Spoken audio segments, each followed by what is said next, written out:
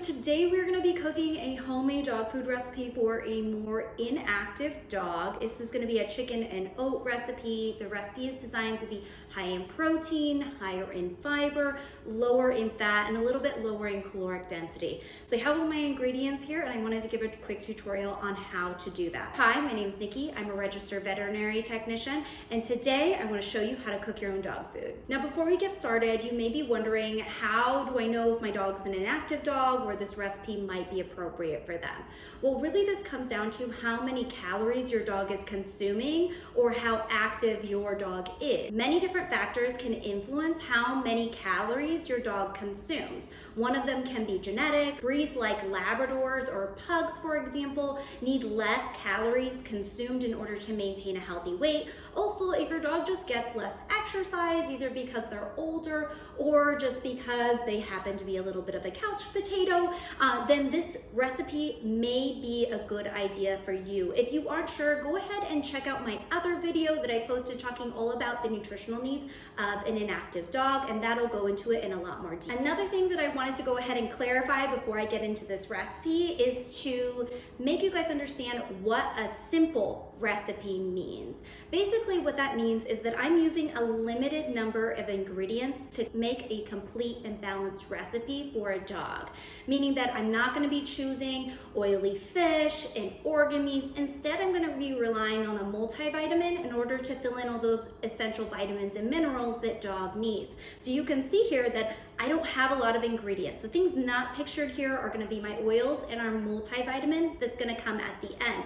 But these ingredients are what's going to be going into my crock pot. This is a one-pot recipe. If you do, say, have a dog that doesn't like chicken or doesn't tolerate it, make sure to check the description below. I do have a recipe book that has 5 additional recipes that are simple for dogs. If you do want something that's more complicated, hang out for next week and I'll be making a more complicated recipe that uses a lot less supplementation. So let's get started. So this recipe is a one-pot recipe made for a crock pot. You can also do stovetop and keep it in one pot as well and just cook it on low, or you could potentially cook it in one pan, but I'm going to go through the tutorial on how to do a one-pot recipe using a crock pot.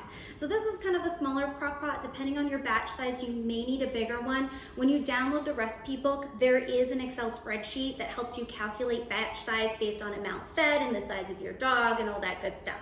So this recipe that I'm going to be making is about 1,000 calories, and it's all going to be going into here. So I'm going to go ahead and start with my meats. So I'm using a combination of different meats for this recipe. I'm using some chicken thighs and then some chicken breast. Now the reason why I'm using a combination of meats here is because I do want some of the fat content from the chicken thighs. Chicken thighs actually are a good source of linoleic acid, which is great for dogs and it's essential fatty acid. Now the chicken breast, on the other hand, is going to be a really nice lean source of protein. And for this recipe, I want it to be high in protein and low in fat. To create that profile, I need to use a 50-50 blend of these two meats. So I'm going to be using for this recipe 225 grams of chicken breast, and it's just going to go into here. Then I'm going to use the same amount, the 225 grams of chicken thighs, into here as well. Now, the next thing that I'm gonna go ahead and put in is going to be my grains. So I'm using rolled oats within this recipe. This is a whole grain. It's a great source of fiber for our dogs, and it's gonna create that higher fiber content in combination with our vegetables that we're gonna be adding in. So this is about 80 grams of rolled oats going into the pot. Now it's time to add in our vegetables. So I have some butternut squash here. We have 125 grams going again right in here. We have 69 grams of zucchini going in.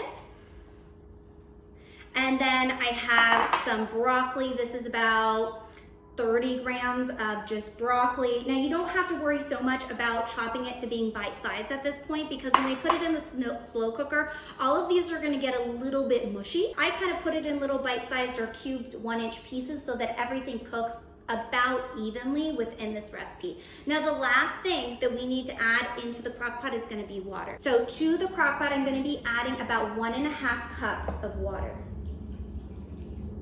Now this should just go above where your meat and your carb is, so that rolled oat. Now the last thing that we just do is we just need to put the lid on, and then we're gonna put it to high for about 4 hours. Now usually at about the midway point, if I am at home, I'll go ahead and check on it and see how it's doing, see how the meat, if it's cooked through or not, if the oats have soaked up all of that moisture. If they haven't, then I might put it on for a little bit longer, but the idea here is to have it all the way cooked. Now once this is all the way cooked, then we're gonna allow it to cool. So this will actually need to go into your fridge or your freezer to cool. If you put it in your fridge, it's probably gonna need to cool for at least 45 minutes to an hour. If you put it in your freezer, it'll be probably about 15 to 30 minutes. Now, depending on your batch size, if you're making a huge batch, it's probably gonna take a lot longer to cool. Now, after it's cooled, that is when we would potentially add our things like the blueberries that are within this recipe and our vitamin or mineral supplement. Now, if you did wanna cut down on time, you can add your blueberries in while it's hot. The other thing is when you look at your multivitamin that you're gonna be adding in, BalanceIT, which is the multivitamin I've used for creating this recipe, comes in 2 different forms. It comes as the Canine Regular, which is the black packaging, and the Canine Plus, which is the white packaging. If you use the Canine Plus, it's heat stable, which means that it can be reheated 1 time. So if your dog doesn't care if food is warm or not, while the food is still hot, you can actually add in the blueberries, add in the BalanceIT, mix it all together, and then portion it out. The day of, you'll go ahead and add your oils in. Since I'm going to feed this cold, I'm going to go ahead and add the walnut oil, Nordic Naturals, BalanceIT Plus to this batch and then kind of mix it around. Depending on availability, instead of walnut oil, you can also use sunflower oil, safflower oil, corn or canola oil. These oils will all have adequate amounts of linoleic acid, which is an essential fatty acid for a dog. All that together, you have a complete and balanced recipe. If you're feeding this recipe as a sole diet, portioned into daily containers, then you can go ahead and store it in your fridge for about 2 to 3 days or for up to a month in your freezer. Make sure to transition your dog to this recipe. Transitions are typically 1 to 2 weeks long. However, some dogs are able to tolerate mini transitions between recipes of similar composition. So if you plan to cook several of the recipes within my Inactive Dog Simple Recipe Cookbook, linked below, I'd recommend to first do a longer transition between each recipe. Then if you want to test shorter ones, you definitely can. It's really up to the individual dog to what you can do. For more information on how to transition dogs onto fresh food or between diets, I'll leave a link below in a blog post. One thing that I love doing with this recipe is actually using it as a treat to supplement your dog's current diet. So if you plan to feed this diet as a treat, I like putting it in something like a West Paw or a Kong and stuff it in, and then you can go ahead and freeze it. I hope that your dog enjoys the recipe, and stay tuned next week where we're going to create a more minimally supplemented recipe for your dog.